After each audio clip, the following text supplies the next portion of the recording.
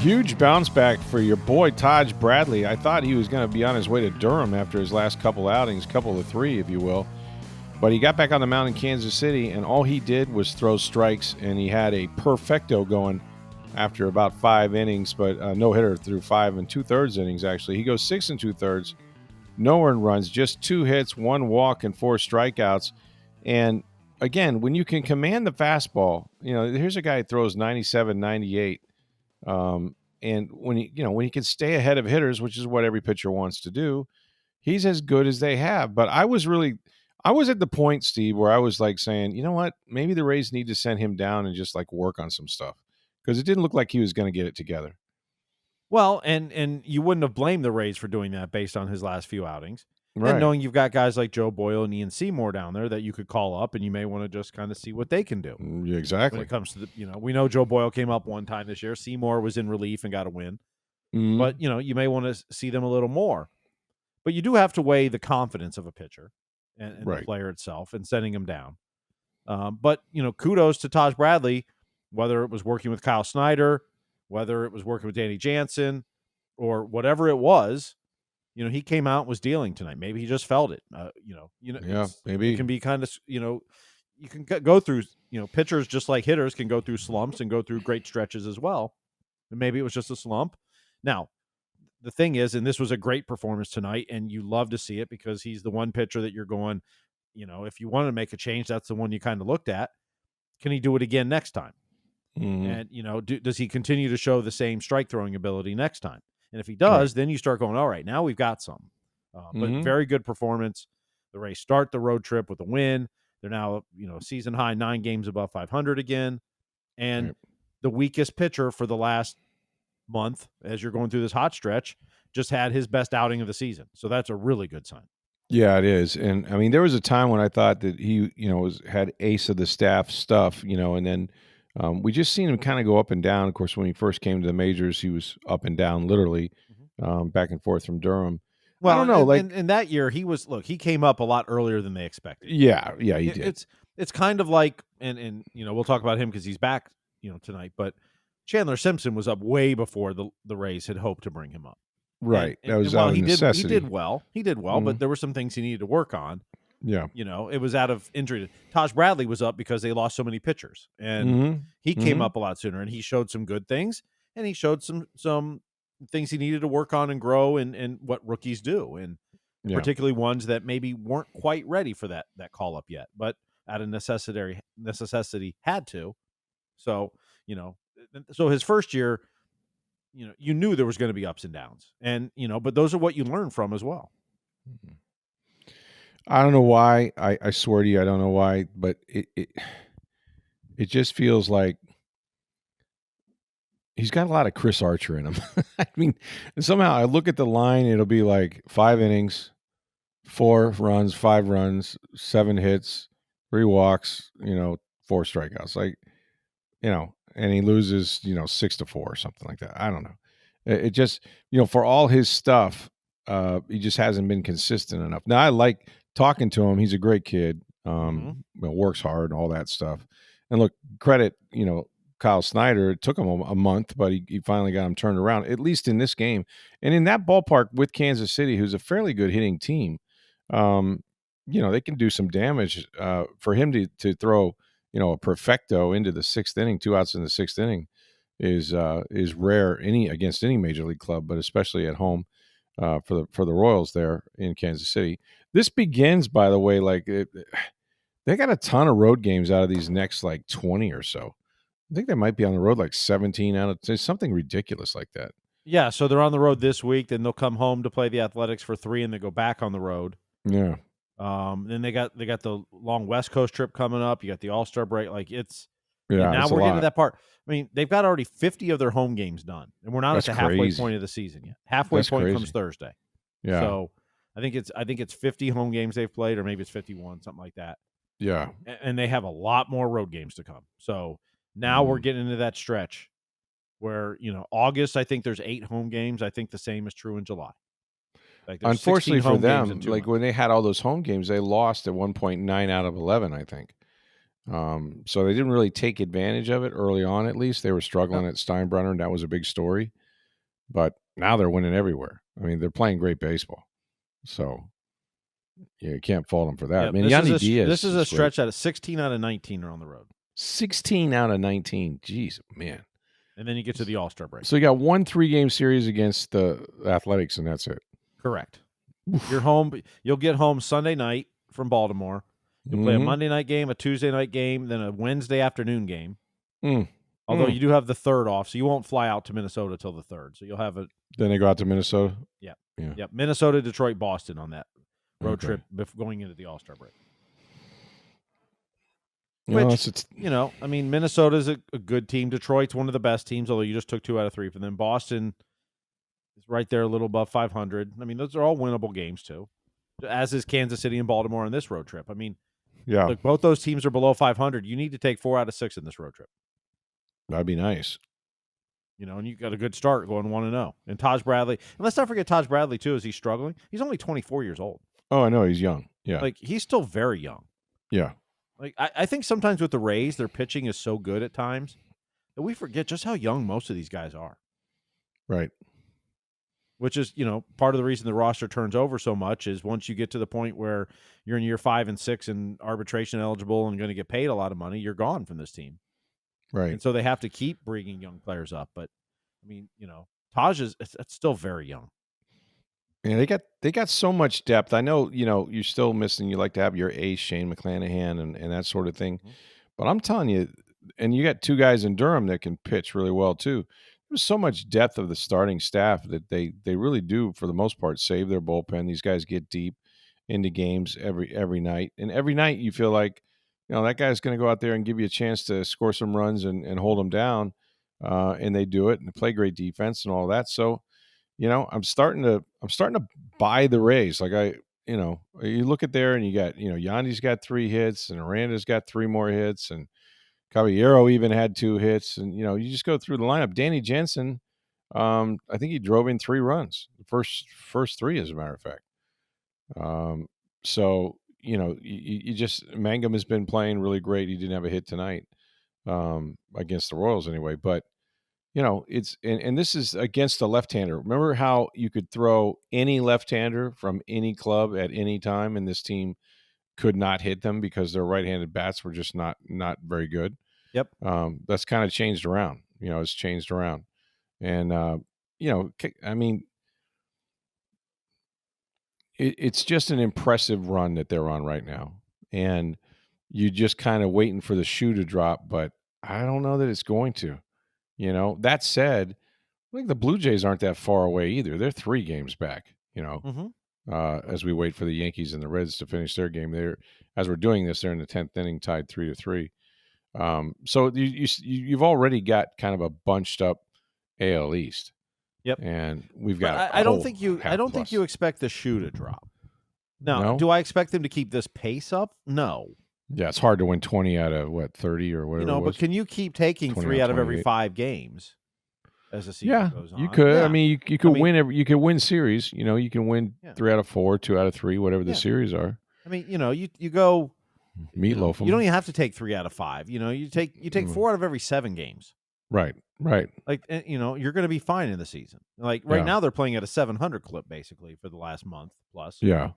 9 games over 500. I mean, yeah. When they were 5 down just over a month ago. I know. It's really been quite a catch up right here. It really has.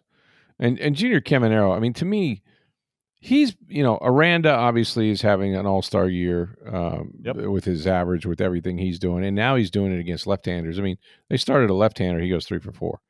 But to me, like, to have him hitting with that kind of consistency, and then what Caminero is doing in front or behind him, depending on where Kevin Cash wants to put him in the lineup. I mean, that's the whole thing, man. I mean, these guys are driving in runs, they're getting guys on before them. The bottom of the lineup is getting a lot of people on of late.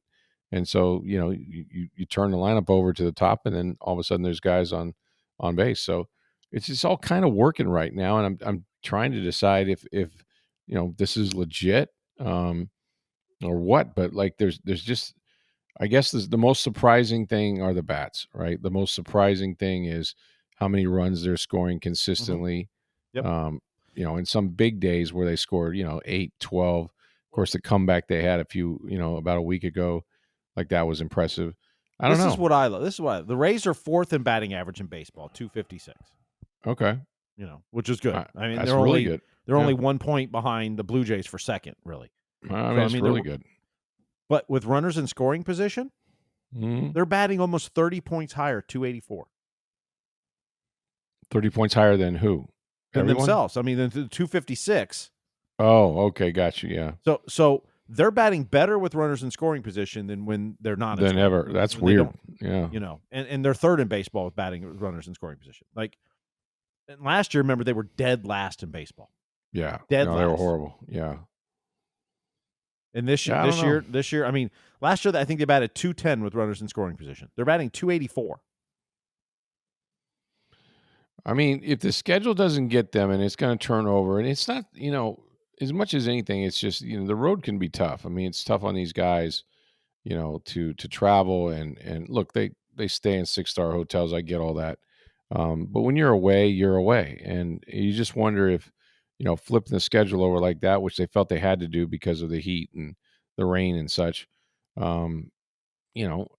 don't know that they took full advantage of it early in the season. Like I said, they had 9 out of 11. They lost at one point, but that you keep thinking like look, it's hot everywhere. You know what I mean? Like hotter here perhaps and more rain, but I mean, geez, I looked at in New York the other day. It was they're expecting triple digits.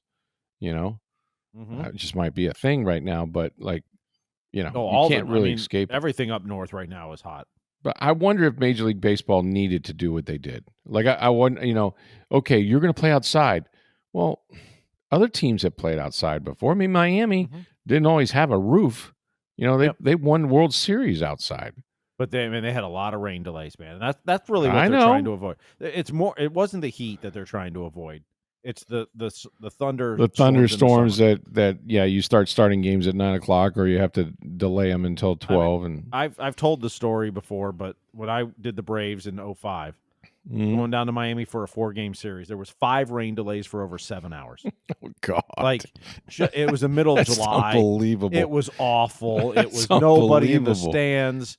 It was awful. Like everybody was in a 4-game series. Teams don't like each other after 4 games anyway, let alone when you have 5 rain delays. You're waiting around 5 hours to play. Yeah. Oh, it's just like, it was just, and that's what baseball's trying to avoid with this. Now, the Rays right now have been extremely lucky. They've had short rain delays. That's it. That's all they've had at home. And now we're getting into the heavy rainy season and they're going to be on the road most of the time. So maybe baseball did the right thing and we'll know more over time, but it's, rain delays does nothing good for the players. It doesn't do good for the fans. It's a necessity because you play the game outdoors. Right. And so playing it outdoors but it's still sort of punitive, right? To say that you have to turn the schedule around and play a large percentage of your games in the second half on the road. I mean, that's, when they seemingly matter more, they all mean the same, but like they seemingly matter more when you're trying to make the postseason or trying to get seeding or whatnot. And every series, you're on the road. So it is punitive, but it's also part of trying to deal with a hurricane. And your stadium blew down. It's not their fault. It's not like baseball's just going, we don't like the Rays, let's do this. Like it's trying to make the situation the best it can be. Yeah. In a absolutely horrendous situation of they had nowhere to play. Right. No, I get it. I mean, it's going to be tough. I don't know. I don't know that they're going to be able to navigate all that, but look, they got pitching and defense will travel. I mean, that's the one thing that will travel. Whether they get tired of running the bases or swinging the bats, I don't know. We'll have to see. I still think the bigger question is, and I know we've talked about this, and I think I'm changing my opinion of what baseball will do. I don't think you're going to see playoff baseball at Steinbrenner Field. Okay, what will they do then? If I had to guess, Miami? That's so unfair for your home team, though, isn't it? And I don't know that. Just talking to some people and some of their thoughts and just going. The more I think October down here. I mean, other than it's not the crowd size. It's not about the weather. Is it crowd size? It's about crowd size. It's about cameras for television, press box space for media. Oh, that's okay. The press box space is the least worry. But press box space for broadcasts, for all this stuff. Like maybe for broadcast, you could put. Listen, and I'm a writer. Maybe a wild card round, and then you move to Miami for if you get to an ALCS or division. Or I don't know. That would be so. Is that the most Tampa Bay thing ever? Well, that was my. We point can't have too, nice things, basically. COVID Super Bowls to the Lightning winning in a bubble. I mean, they played one World Series in Texas. The Rays World Series in front of very few fans in Texas. To like, could you imagine? What if this team goes to the ALCS and the game's in Miami? The series. What if they go to the World Miami? Series it's in Miami? Oh my God, you can't do that, man. You just can't. At that point, it's not a weather thing. You're just being greedy. Okay, camera angles. Build some stanchions for the cameras. I mean, come on. It's just a ballpark. It's the same dimensions on the field. And maybe they will do that. Like I said, this is I don't know. There was a lot of conversation. Now the Rays are 8-9 games above 500. Now they got to think about it. A month ago they were 5 below, and you're going, we're not gonna. Don't have to worry about that. Yeah. Now I'm sure there's discussions about it. That they have contingency upon contingencies, right? I wouldn't be surprised if they already know the plan. Like if it's maybe it's not done, but man, and Atlanta or Houston would be possibilities as well. Although Atlanta's a possibility. They're not a very good team this year. They're probably not making the playoffs, so that's possible. So okay, let's play this out. Let's say you go to Atlanta. Are people going to drive 9 hours up to Atlanta if you're a Rays fan to watch your team in the postseason or the ALCS or whatever it is? Are the people in Atlanta going to go? Who's going to the game? That's why I think Miami would be the more logical place. And still 3.5 hours, man. Atlanta and Miami probably. Miami's not making the playoffs. Atlanta probably not. They'd have to go on a great run like the Rays have to get back the playoff hunt. Houston's they're winning their division, so that's not possible. That's out, yeah. Wow, that's crazy, man. Somebody asked me this the other day, could they play in Raymond James? And I said no. I saw the Savannah Bananas did it, but like the right field porch was 190. So here's the other part. Like there's so many things in a baseball stadium for Major League Baseball, from StatCast and the medical, and although Raymond James would have probably a lot of the medical stuff. Yeah, NFL as well. They got plenty of clubhouse room. There's so many of all the StatCast stuff and all the advanced stuff, and that football stadiums have for football, hockey arenas have for hockey, basketball's got it there. Like, all that stuff. You go to a football stadium to do that on a one-time thing or whatever. Like, you don't have all that stuff you need, and you're also trying to do it in the middle of a football season as the Bucks and the USF are playing there. Well, that's true. That would be probably the biggest problem is the conflicts. Yeah. So, but they'd have to reconfigure stuff. Obviously, you can't take seats out unless you were to take them out in the end zones, and that's not the configuration. That stadium's not designed for that. Like, no. And the way they did it for the Savannah Bananas, they had home plate, in the northeast corner of the stadium, and the right field porch was like 100. And they had a big net. You had to hit it over the net to get a home run. Like, but it's not real baseball. It's Savannah the monster. Bananas. We could put up a monster. Yeah, there you go. The right field monster. Well, if it can be screwed up, it's going to happen to a Tampa Bay team because they can't have nice things. They just can't. But they're playing really well now, and they look like they get along really well, and they look like they enjoy playing the game. And if Danny Jensen's going to hit some big home runs, geez, you're getting it from everybody now. Taylor Walls has been hot with the bat. Like, yep. So they're on a roll. They're feeling good about themselves. Now, injuries are going to happen. They're going to happen to the pitching staff. They're going to happen to your position players. There are guys you cannot lose probably on this team. Caminero being one of them. Now, but you're going to get a shortstop soon, right? Well, Ha-Seong Kim is still rehabbing in Durham. Chandler Simpson came back today. Chandler was back. And, by the way, Wander Franco could be found not guilty by Thursday. That's possible, although I don't think he'd be back on the team Friday, but no, probably not. I think baseball would still do their own investigation at that point. But let me ask you this, and I mean this sincerely because I don't know the answer. baseball. Let's say he's acquitted. Let's say he's not guilty in the Sure. Dominican for the alleged, affair with a minor or whatever, child trafficking. I mean, they had all kinds of stuff both on him and the mother of the Yep. child he was seeing allegedly. So let's say that he's not. Let's say he's found not guilty, all right, by a jury, whatever, or a 3-person panel, whatever they do down there in the Dominican. Then Major League Baseball is going to look into it and say, what, we disagree with the verdict, or the evidence of the preponderance of the evidence suggests you're creepy and we're going to punish you for what? Like, there seems to be, and I don't know anything about the Dominican Justice Department, but you know what I'm saying? It would seem to be almost like a double jeopardy situation. It's not with law enforcement, of course, and baseball can do whatever baseball wants. Well, but baseball has a code of conduct, right? Yeah. And so even if you're not convicted of a crime, court, like if they can find evidence of this, like they could. Now, what I think will happen, and this is purely speculation on my part, which is what we do, is that if he's found not guilty or charges dropped or whatever, he walks out a free man. Baseball will keep him suspended while they do their own investigation. And they'll make sure that investigation goes long enough to go through October, so this season's out. And then next year, he's probably starting on the roster.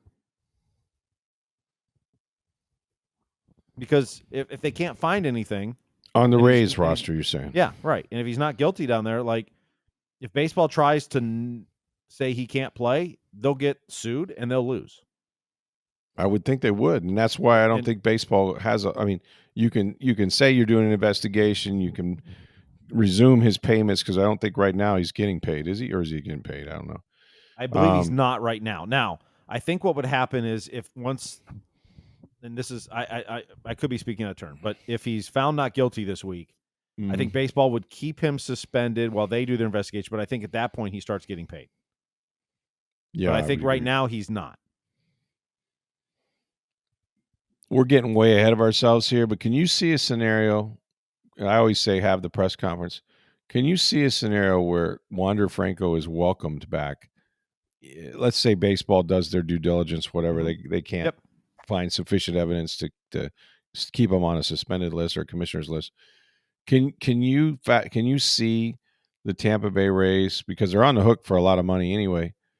Can you see them welcoming him back in some respect, like some way? He's going to play because they owe him $170 million, and they're not going to pay him to not play. Yeah. This isn't like he's got $10 million this year. They try to trade him. If they didn't want him, they would obviously try to trade him. Could they eat some of that salary if somebody wanted him? So they could try to trade him. My guess is there's only a couple teams that could even afford that contract. Yeah, and Yankees, Dodgers. They got to be willing to take the PR hit for it, which means if they're going to do it, they're going to give you, here's 2 single-A prospects. Good luck. You're not getting, club sandwich, yeah. Yeah. I mean, that would be my guess.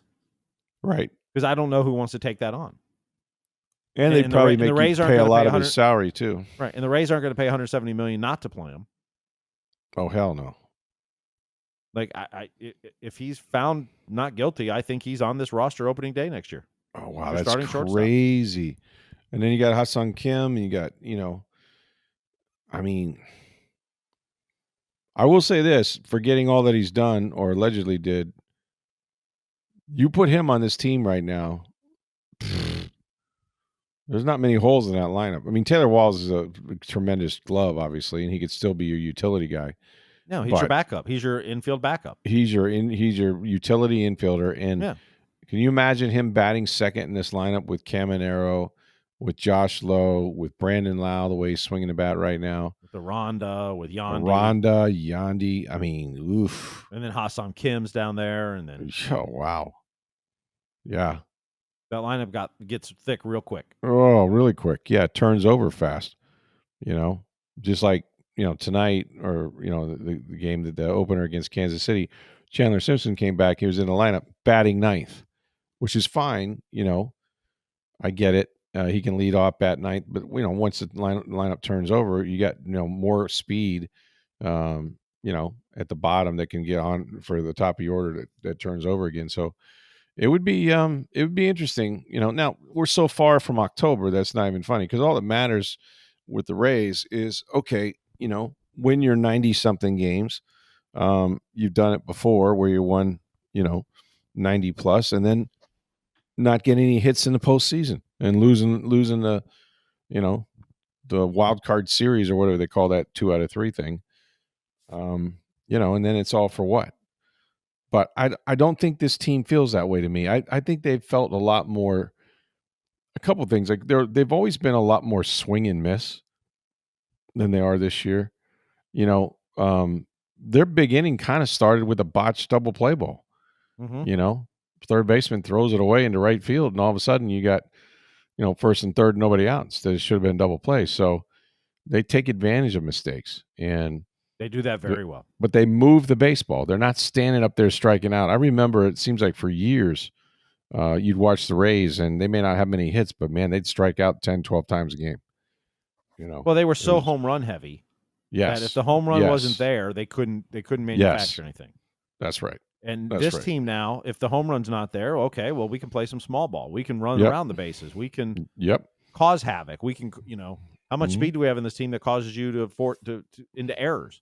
Yeah, you're hurrying throws. You're doing stuff that they force you into it. So even Aranda hustling down the base tonight, the pitcher threw the ball away. Yeah, no, first, he did. And that allowed another run to score. You put pressure when you do that, and they hustle. So yeah, it's a good run for them. I'm curious if they can keep this up on the road as much as they have coming up, in the next couple of weeks. But it's a good start for them on the road, especially if they get Bradley going. He's sort of been the one guy that's been a little off for about a month or so. So if they get him back, that'd be great. Hey, we're going to talk about when athletes know when to hang it up. Aaron Rodgers spoke and said this will be his last year, but first likely his last year. He did leave a caveat, or probably or likely or whatever, so something like that. Yeah. So I want to talk about that, but first, get on down to Breitling Boutique. We've talked about them. They're a great sponsor of ours. If you need a great timepiece, I mean the best that you've ever owned, the Breitling Company has been in business for over 140 years. And they've been at International Plaza Mall for more than 5 years. Now, if you're familiar with the mall, or even if you're not, go to the center, look upstairs. You'll find a tremendous store, great customer service. I mean, these folks are used to dealing with all kinds of professional athletes. You'll see a Buccaneer in there from time to time, but they're going to treat you just like a celebrity as well. Go in, take a little time, have a drink, find out about the great collection of watches that they have for men, the Navitimers, the Chronomat watches, for women, for your wife, for your girlfriend, beautiful sports watches that are both durable. If your wife or girlfriend's on the go like mine, you can bang them around a little bit. They still look great. And every color wristband you can imagine is there at Breitling Boutique. And they've had a celebration of the NFL's 104th year anniversary with 32 team watches while supplies last. I'm sure many of them have gone fast, but these watches are the beautiful men's Chronomat watches with the team colors on the face of the watch, the logos. They are tremendous. Go to TampaBay.com. You're likely to see the Bucks team watch. It is Breitling Boutique.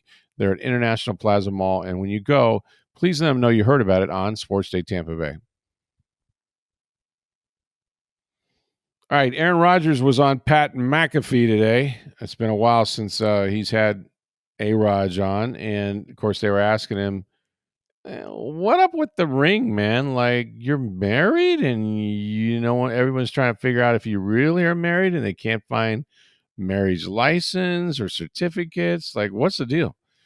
And Rogers just kind of went all defensive on him and said, whose business, what does it matter?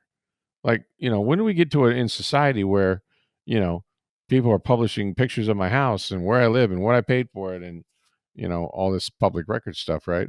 I got news for you. You've made over $250 million in your career because the NFL is so popular that people want to know that. Yeah, you don't get to choose when to turn on your celebrity and when to turn it off. You can't turn it on when they're paying you all this money and then turn it off when you want privacy. I'm sorry. That's sort of fair or unfair. It's the price of fame. As a celebrity, it probably sucks in certain probably times does. Like that. Yeah, I'm not taking that away at all. But the reason you made as much money in your career and the reason you can, as you said, once you retire, you're going to go away. No one's ever going to hear or see you again. is because you have enough money to do that because you got paid that because you're that popular. Yeah. You play in the most popular sport in the United States, and they've made you lots of money, and you're going to make more money this year, which, relative to what he's made in the past, not as much. It's interesting. And he also said in McAfee, he made a bit of news that this was likely his last year. He's like, look, man, I played 20 years. Like, I've had a hell of a run. So that's why I did a 1-year contract. This most likely will be it for me.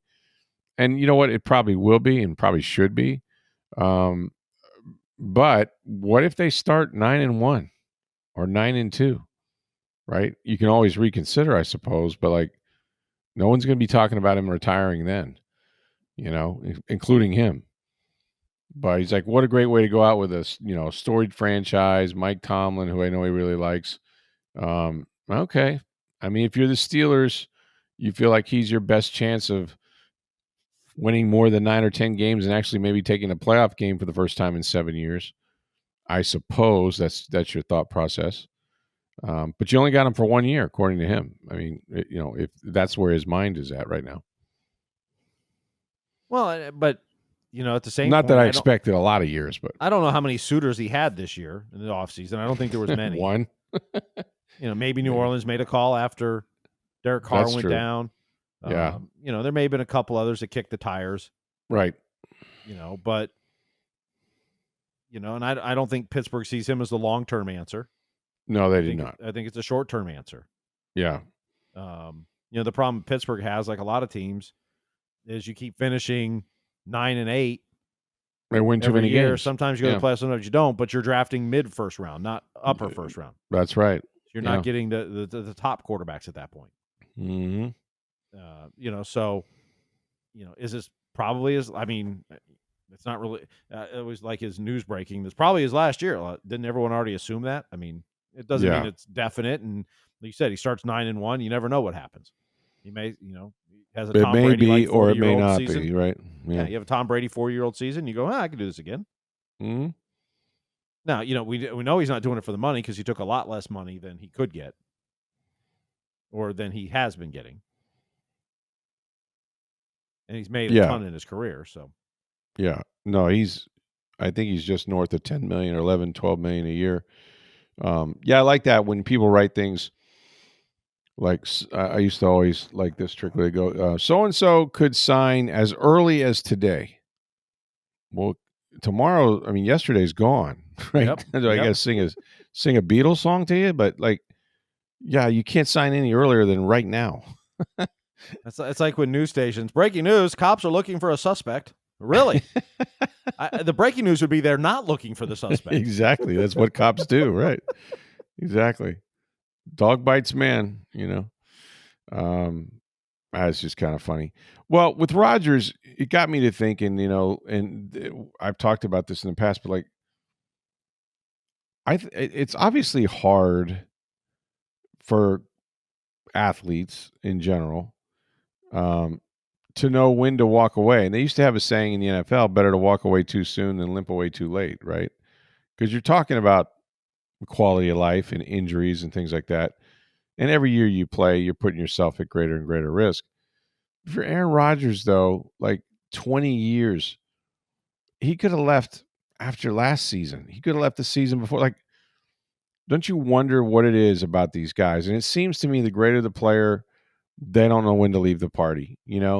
They're sitting at the bar, the lights are on, the vacuum cleaners are running, and they're just sitting there having a drink and putting another quarter in the jukebox or something. It's like you of all people don't need to do, if you never play it down, your legacy is secure.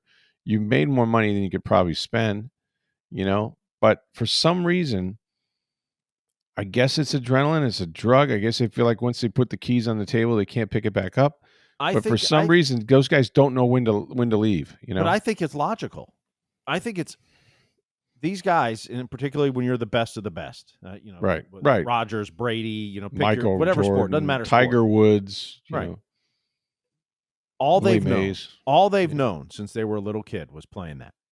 Yeah. Competing. And it's this is all I've ever done. This is all I've ever known. This is what I love. Like, those guys don't get to be the best because they liked the sport. They loved it. No, they're all in. We know guys that have all the talent in the world that don't love it, and they're not the best of the best. They could be good, but that happens. These guys love what they do, and they love competition, being the best. How many stories, whether it's Jordan or Kobe or whatever else, like just won a championship, they're in the gym the next day. Nikita Kucherov, the playoffs end, and a week later he's on the ice. Camp Kuch is going on. Like, they're driven, and they're never, ever in their life going to feel that again. When they that they'll do other stuff. They'll look for Michael Jordan's been looking for that adrenaline rush ever since, gambling on the golf course and owning basketball teams and racing teams, but it ain't the same. Never will be. Like, they'll never have that feeling again to that level of I'm the best. No one is better than me. And that competition. Like, they'll never feel that again. They'll have other things in life that take their time, and they'll love kids and family and other business ventures and whatever else they want to do.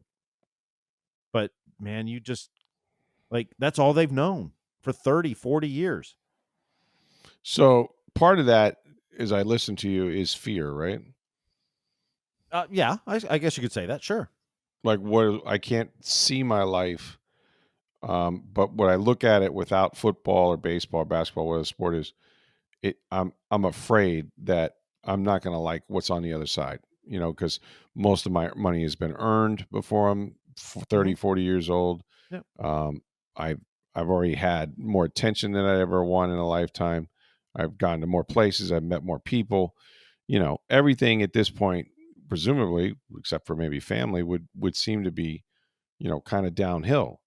But you can only play for so long. There comes a point where, they're going to tell you when you're done, whether you think you're done or not. I mean, Derek Brooks got released, and he could have gone and played in New Orleans, but he did the math, and it would have cost him as much to do that as it was to stay here with his family. There are some that decide, okay, I'm truly done, but he wanted to play, right? He wanted to keep playing. He would have liked to come back on the Bucks and even just mentored a guy like the late Geno Hayes. Right. But they wouldn't let him do that. So, but here's the other thing too, and we talk about this all the time in sports. Oh, they're hurting their legacy. Oh, they're ruining their reputation. Was Joe Montana's reputation ruined because he went to Kansas City? Well, he did go, but when he went, though, he helped them go to an AFC Championship game. Sure. So no. Okay, maybe that was Emmitt Smith's career. Yes. Reputation ruined because he went to Arizona. Yes, I covered his last game. It was disgraceful, and I'll never get that out of my head. I'm not seriously, but like, no, it wasn't. To answer your question, you think about him as a Dallas Cowboy, and the same is true with Namath with the Rams, or Unitas with the Chargers. Like, you've had one-offs where guys finish their careers. Right. Willie Mays, begging for a call at home plate with the Mets. There's some sad images out there, right? Sure, that just look weird. And Michael Jordan with the Wizards, like what? Like what? Right. What?